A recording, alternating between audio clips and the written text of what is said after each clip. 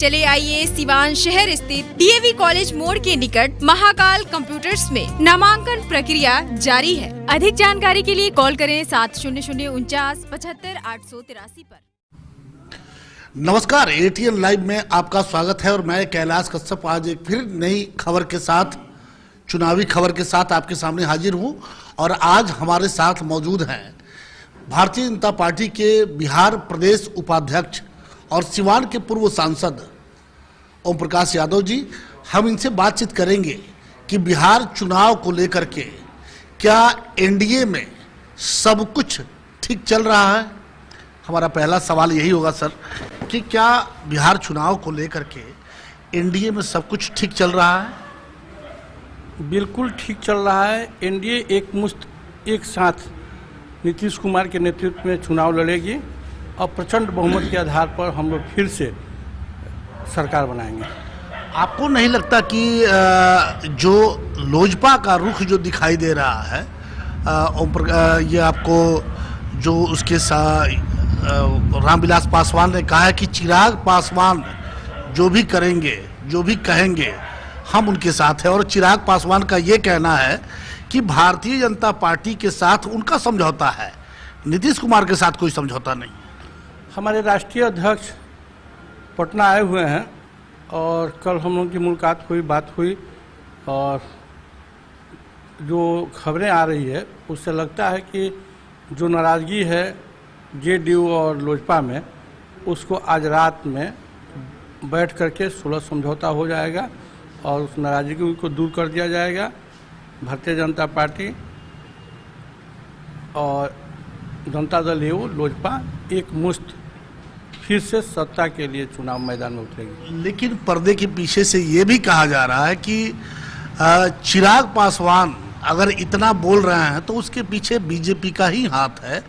जो कि पिछले कुछ दिनों से जो नीतीश कुमार ने एक दलित और महादलित कार्ड खेला, शायद उस पर आप लोगों से राय नहीं ली और उन्होंने इस कार्ड को खेल दिया और उसी को लेकर के भाजपा खेमे में थोड़ी नाराजगी। नहीं, देखिए, कल हमारे राष्ट्रीय अध्यक्ष जी ने स्पष्ट रूप से कहा है कि हमें 243 सीट की चिंता करनी है। भारतीय जनता पार्टी के एक कार्यकर्ता, जहां एनडीए के सहयोगी दल का उम्मीदवार क्यों न हो, उसे जिताने का संकल्प लेकर यहां से जाएं, तो हम लोग एक मुश्त होकर के हम प्रयास करेंगे कि सीमांत से, चाहे भारतीय जनता पार्टी, जनता दल यू, लोजपा, किसी दल के जो कोई उम्मीदवार आ रहा है उसको हम लोग एक मुश्त होकर के, एकजुट होकर के जिताने का प्रयास करेंगे। चूँकि देखिए, बिहार एक विकसित बिहार के पथ पर अग्रसित है। नरेंद्र मोदी दिल खोल करके बिहार को सहयोग कर रहे हैं। पहले गंगा नदी पर मात्र एक पुल हुआ करता था, आज 5 पुल। तो सड़कों की स्थिति सुधरी है, बिजली की स्थिति सुधरी है, अस्पताल में जाएं, पहले रुई सुई भी नहीं मिलता था, आज मुफ्त में 36 दवाएं मिल रही है। तो कहने का मतलब कि एक सुनहरा मौका है बिहार को आगे बढ़ने का, नरेंद्र मोदी और नीतीश कुमार के नेतृत्व में। तो थोड़े से मतभेद को दूर करके विकास मुद्दा होगा और आगे। आपको क्या लगता है ओम प्रकाश जी कि जो दलित कार्ड खेला गया कि अगर किसी दलित की हत्या होती है तो उसमें उसको नौकरी, उसके परिवार के लोगों को नौकरी मिल जाएगी। ऐन चुनाव के पहले 15 साल नीतीश जी का शासन रहा है, 15 साल से वो मुख्यमंत्री हैं। ये पहले क्यों नहीं हुआ कि पहले दलित पे तो पहले भी अत्याचार होता था, 15 साल से हो रहा है लगातार। अब ये चुनाव के मौके पे ये कहना, ये क्या है, चुनावी जुमला इसको कहेंगे या कुछ और कहें? नहीं, सरकार ने अधिसूचना जारी की है। लगातार 15 साल हमारी सरकार हर क्षेत्र में काम करती आ रही है और बढ़िया काम कर रही है, चाहे वो किसान का हो, मजदूर का हो, स्वास्थ्य का हो, शिक्षा का हो, चिकित्सा का हो। तो कहने का मतलब कि यह चुनावी जुमला नहीं है, यह हकीकत है। आज भी दलित अति गरीब हैं, काफ़ी कमज़ोर है और समाज में उनकी पूछ नहीं होती है, उन्हें प्रताड़ित किया जाता है। अगर नीतीश कुमार जी ने ये घोषणा किया है सिर्फ घोषणा ही नहीं उसको कार्य रूप दिया है, तो हम इसके लिए हम नीतीश कुमार को बधाई देंगे कि चलिए देर ही सही लेकिन एक अच्छा कदम उठाए हैं। कहीं ऐसा तो नहीं कि नीतीश कुमार को लग रहा है कि उनके पैरों से जमीन खिसक रही है और इसके लिए चुनाव के ऐन मौके पे ये कार्ड खेला गया? नहीं, कोई जमीन नहीं खिसक रही है। आप देखेंगे देश के राष्ट्रपति दलित वर्ग से आते हैं, तो हम लोग ऐसी बात नहीं, जो योग्य व्यक्ति है हम उसे सम्मान देते हैं। इतने दिनों बाद कांग्रेस ने संविधान निर्माता बाबा भीमराव अंबेडकर की कोई पूछ नहीं की। हमारी सरकार ने, आप जाएंगे जब दिल्ली में, तो एक भव्य स्मारक बनाने का काम किया है, उनके जीवन से जुड़े हुए स्मृति उसमें रखा गया है। तो ये चुनावी जुमला नहीं है, हकीकत है। और हम लोग दलित वर्ग के। ओम प्रकाश जी, एक सवाल और है कि भारतीय जनता पार्टी पूरे वर्ल्ड में, पूरे विश्व की सबसे बड़ी पार्टी और इसका संगठन भी काफ़ी मजबूत संगठन, इतना मजबूत शायद किसी दल का नहीं है, लेकिन ये बिहार में आकर के ये इतनी कमजोर क्यों हो जाती है? बिहार में उसके पास एक लीडर नहीं है जिसको वो मुख्यमंत्री के तौर पे सामने रखे। 3 बार आखिर आपके गठबंधन की सरकार है, 3 बार नीतीश जी मुख्यमंत्री बन चुके हैं आपके सहयोग से, एक बार आपका मुख्यमंत्री क्यों नहीं बन रहा है? देखिए, हम लोगों के नेता आदरणीय अटल बिहारी वाजपेयी जी ने बिहार के नेतृत्व नीतीश कुमार के कंधों पर सौंपा और उन्होंने उस समय बिहार में अराजकता की स्थिति थी, भयावह माहौल थे, अपराधियों का तांडव था। उस परिस्थिति में उन्होंने कहा कि नीतीश कुमार अगर बिहार का मुख्यमंत्री बनते हैं तो वैभवशाली बिहार, गौरवमयी बिहार, गौतम बुद्ध और महावीर का बिहार, सुनहला बिहार बनेगा। तो अटल बिहारी वाजपेयी के आदर्शों को अपनाते हुए हम लोग भी, मुख्यमंत्री तो आपको किसी को भी बना दिया जाए तो चल सकता है, लेकिन एक सुलझे हुए व्यक्ति और व्यक्तित्व हैं नीतीश कुमार, अच्छा काम कर रहे हैं, जनता के दुख सुख का ख्याल रख रहे हैं।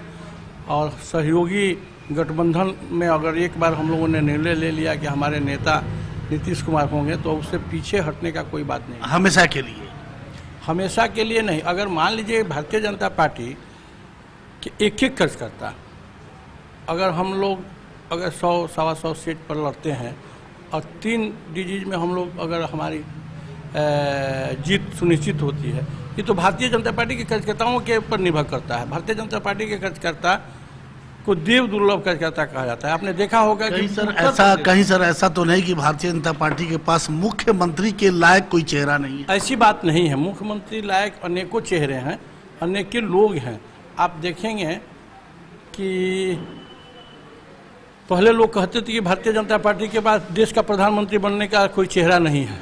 भारतीय जनता पार्टी ने एक गरीब घर के बेटे को, जिनकी माँ दूसरों के घरों में जूठी बर्तन साफ करती थी, जो स्वयं ट्रेन के बोगियों में चाय बेचा करते थे, और इतनी प्रशासनिक अनुभव नहीं था नरेंद्र मोदी को, लेकिन जब देश का प्रधानमंत्री बनाया गया, गुजरात का मुख्यमंत्री बनाया गया, तो आप देखेंगे कि गुजरात जो जल संचय करने की नीति थी उसको पूरे देश में उन्होंने लागू किया, और वैभवशाली राष्ट्र का निर्माण करने का जो हमारे पूर्वजों का सपना है उसको साकार करने के लिए वो दृढ़ संकल्पित होकर काम कर रहे हैं। आज तो लगता है कि विपक्ष के पास कोई केंद्रीय नेतृत्व है। ये केंद्र की बात है, लेकिन हम बिहार की बात कर रहे हैं कि बिहार में क्या वाकई बीजेपी के पास कोई चेहरा नहीं है? बहुत चेहरे हैं, लेकिन हम लोगों ने जो गठबंधन की बात की उस समय तय हुआ कि हम लोगों के नेता नीतीश कुमार होंगे और इनके नेतृत्व में हम लोग चुनाव लड़ेंगे। तो आज पीछे भाजपा हटने का कोई प्रश्न ही नहीं उठता है।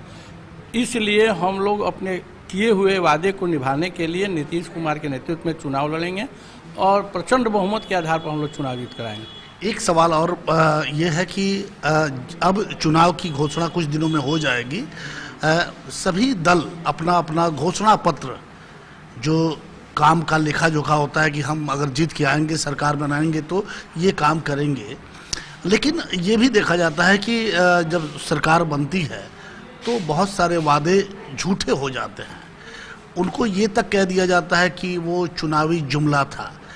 अब अगर घोषणा पत्र में इस तरह की बात आप क्यों करते हैं कि जब आप उसे पूरा नहीं कर सकते, जनता में उसको इम्प्लीमेंट नहीं कर सकते, तो फिर उसको लाते क्यों हैं? भारतीय जनता पार्टी जो कहती है वो करती है। विपक्ष के लोग कहते थे कि मंदिर वहीं बनाएंगे, तारीख नहीं बताएंगे, ये विपक्ष का नारा था। हमने तारीख भी बताया और शिलान्यास भी किया।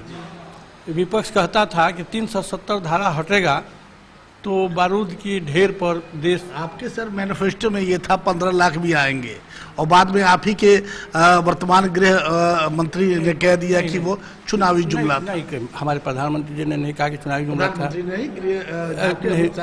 नहीं, उन्होंने भी नहीं कहा कि जुमला था।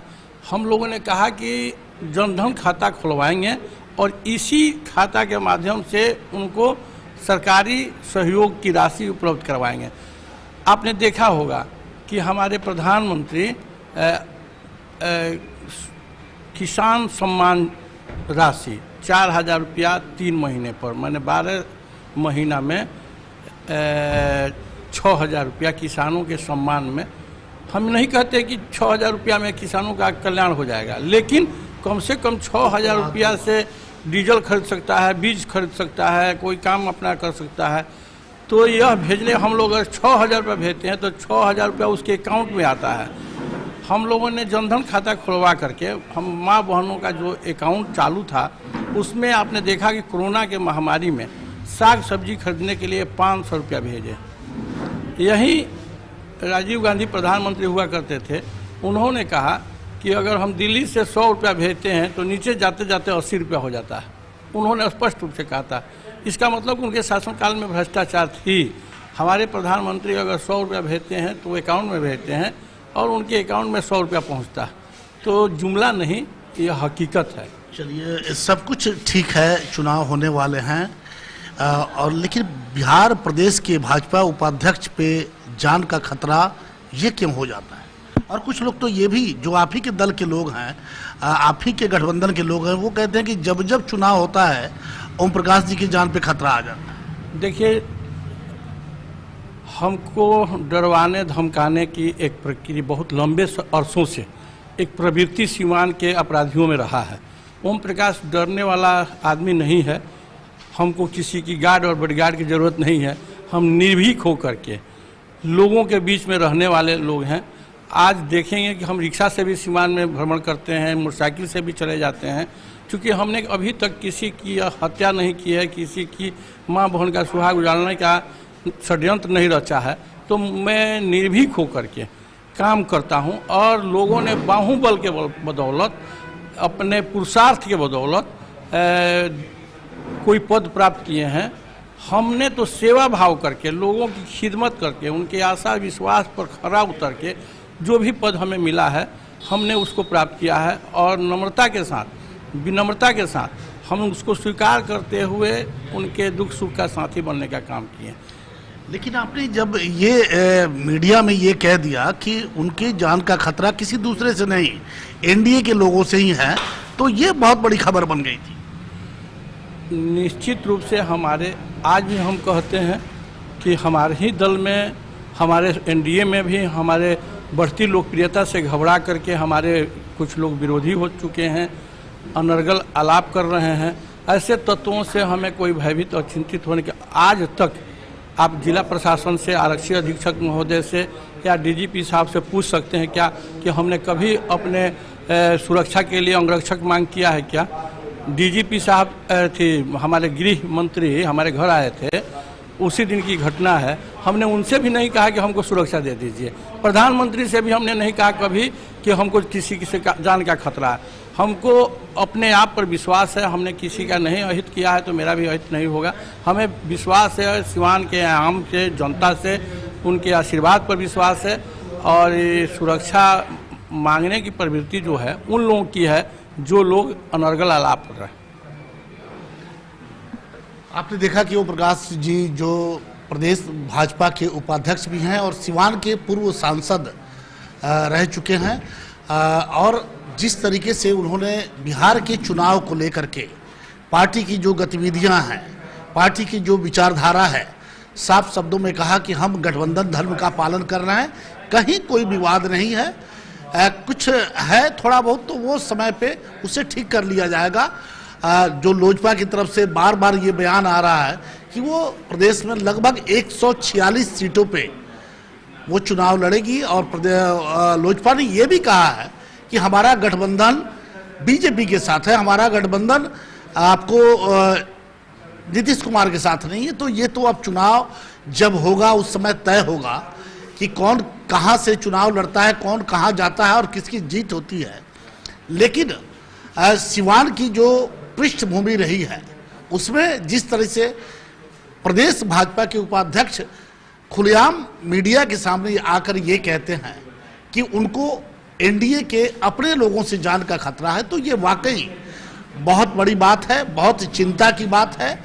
और इसे जो भी प्रदेश के या देश स्तर के जो नेता हैं उनको समझने की जरूरत है। और जिस तरह से ओम प्रकाश जी ने साफ शब्दों में कहा कि जो लोग बाहुबल के आधार पे, बाहुबल के सहारे सत्ता को हासिल किए हुए हैं, उनको डर लगता है। हमें डर नहीं लगता। हम जनता के बीच कल भी बैठते थे, आज भी बैठते हैं, और जनता से बिल्कुल हम जनता के बदौलत सुरक्षित हैं। कहीं उस तरह की बात नहीं है। थोड़ा बहुत है तो उसे समझ लिया जाए।